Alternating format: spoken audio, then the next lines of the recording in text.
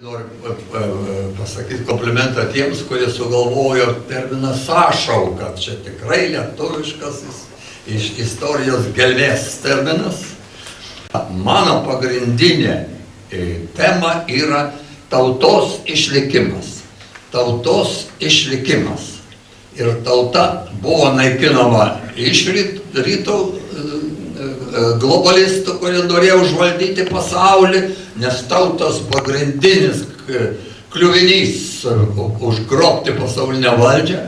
Ir tą patį daro vakarų globalistai, kurie yra partneriai rytų globalistams, sukurti drauge pasaulinę valdžią.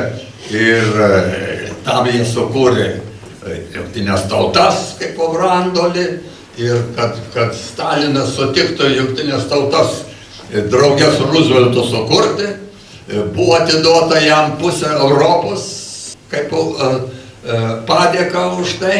Bet įdomu tik tai tiek, kad kada mes kalbam apie Jaltą, karo pabaigoje, 45 metais, neseniai televizijoje buvo istorijos kanale Amerikoje rodomi dokumentai, kad jau 1942 metais, prieš 3 metai prieš karo pabaigą, Rooseveltas slaptai buvo Baltijos valstybės pažadėjęs Stalinai.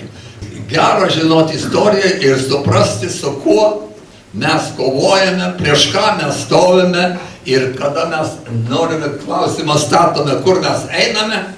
Turime žinoti, kad pirmiausiai mes turime nusistatyti aiškiai, kur mes einame, liautis trapsėti vietoje.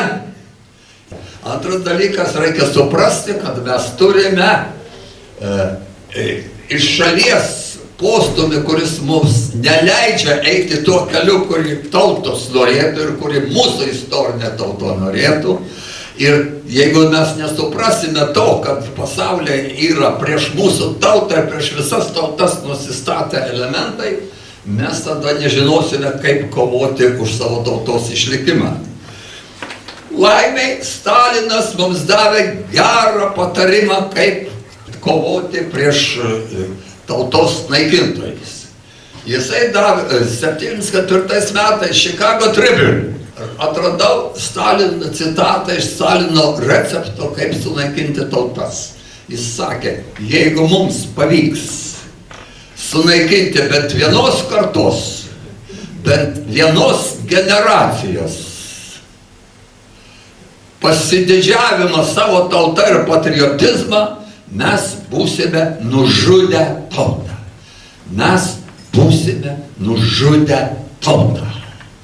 Tad reiškia, apverskime priešo dviašmenį kartą kitą pusę ir mes kovokime prieš stalininį, prieš vašingtoninį, prieš niujorkinį, prieš briuselinį globalizmą, keldami savo tautos žmonių ir ypač jaunosios kartos patriotizmą ir pasididžiavimą savo tautą. O mes turime kuomi pasididžiuoti. Jeigu kuri tauta pasaulyje šiandieną gali savim pasididžiuoti, tikrai tai yra lietuvių tauta.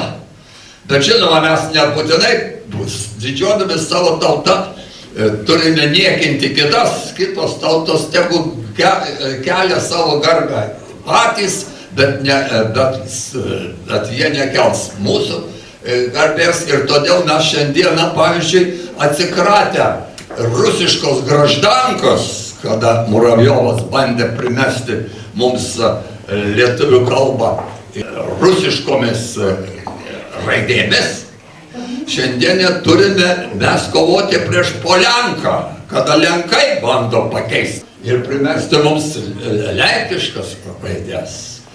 Ir visa bėda, kad pas mus pačiose viršūnėse ir toks skubėjimas pasitaikyti prie Lenkų reikalavimo, naudotis pasuose lenkišką rašymą, prie jų reikalavimo gatvės vadinti, rašyti lenkiškais vardais ir taip toliau.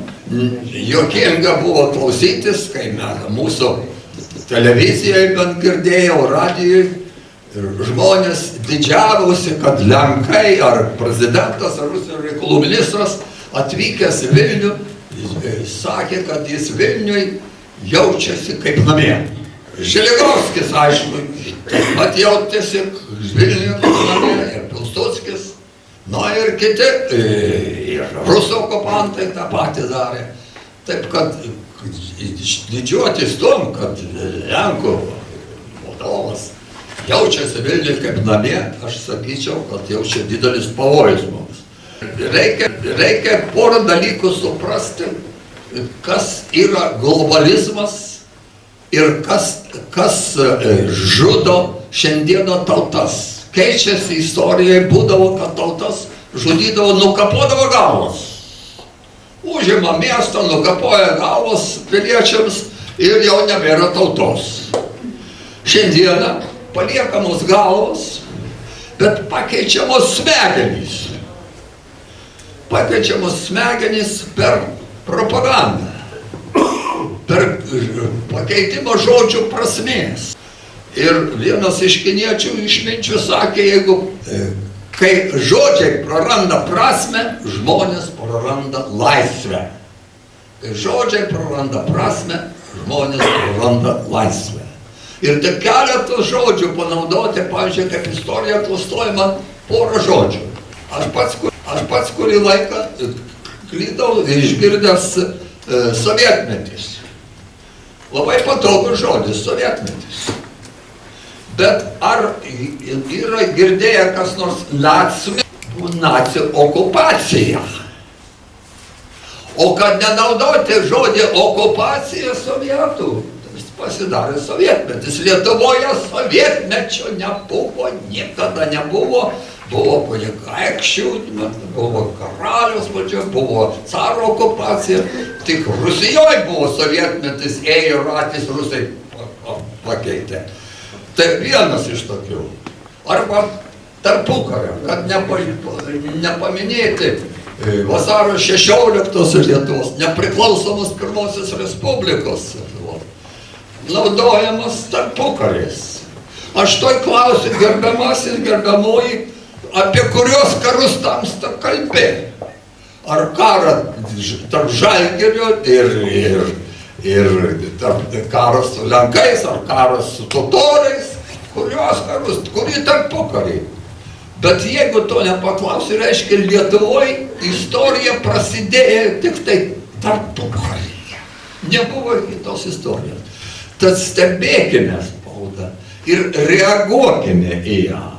Reaguokime ir telefonais, ir laiškais, ir kuo tik tai įmanoma. Einant paminėtas buvo homoseksualizmas, tai su juo susidūriau jau Jungtinėse Amerikos valstijose. Ir tenai jie skverbėsi į skautų organizacijas ypatingai homoseksualai.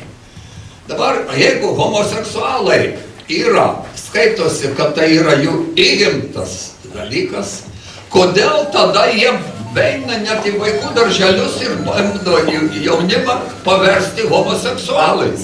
Reiškia, jie žino, kad tai nėra jiems įgimtas, gal kas nors įgimtas, bet yra įpročio dalykas. Jau yra melu pakristas tas dalykas. Galų gale, homoseksualizmo plėtimas Lietuvoje reikia skaityti antivalstybinę veiklą.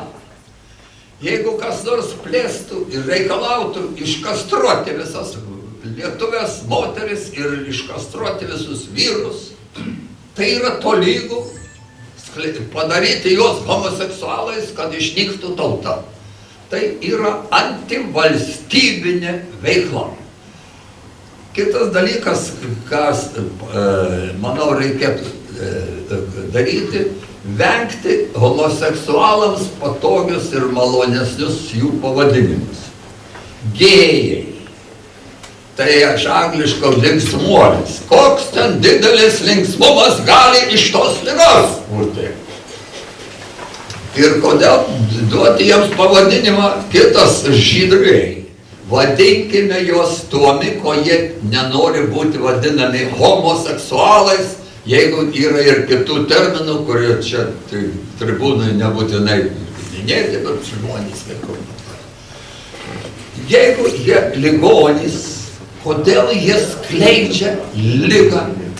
Bet jeigu jie ligonys, užjauskime kaip ligonys, nebūtinai skriausti žmogų, kuris yra ligonys, bet jeigu jisai pasidaro agresyvus ligonis ir lipa mums ant sprando, tai bet kuris slaugia ligoniniai, tokį ligonį sutvardys. O mes būkime stipriomis slaugėmis ir neleiskime niekam, nei homoseksualams, nei kitos rūšies globalistams, nei kosmopolitams lipti Lietuvai ir lietuvių tautai ant sprando.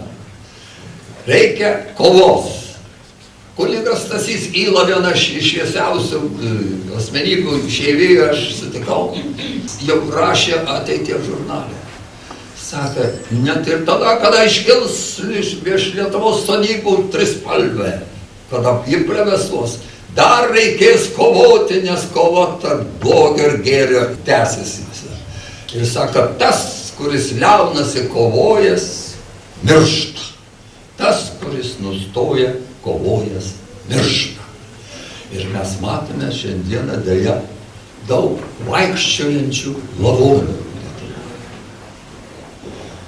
Labai tai primena paminklą kapinėse, ant kurio neva tai būtų užrašo. Mirė 30 metų amžiaus sulaukęs, palaidotas sulaukęs 60 metų. Nemirkime, gerbėmieji, per anksti, neleiskime niekiem padoriem lietuviams tapti vaikščiančiais lavonais ir būkime gerų pavyzdžių, kad galėtų mus sekti tie, kurie ieško žmonių, kurios galėtų sekti. Ir linkiu jums sėkmės kiekvienam ir kiekvienai iš jūsų.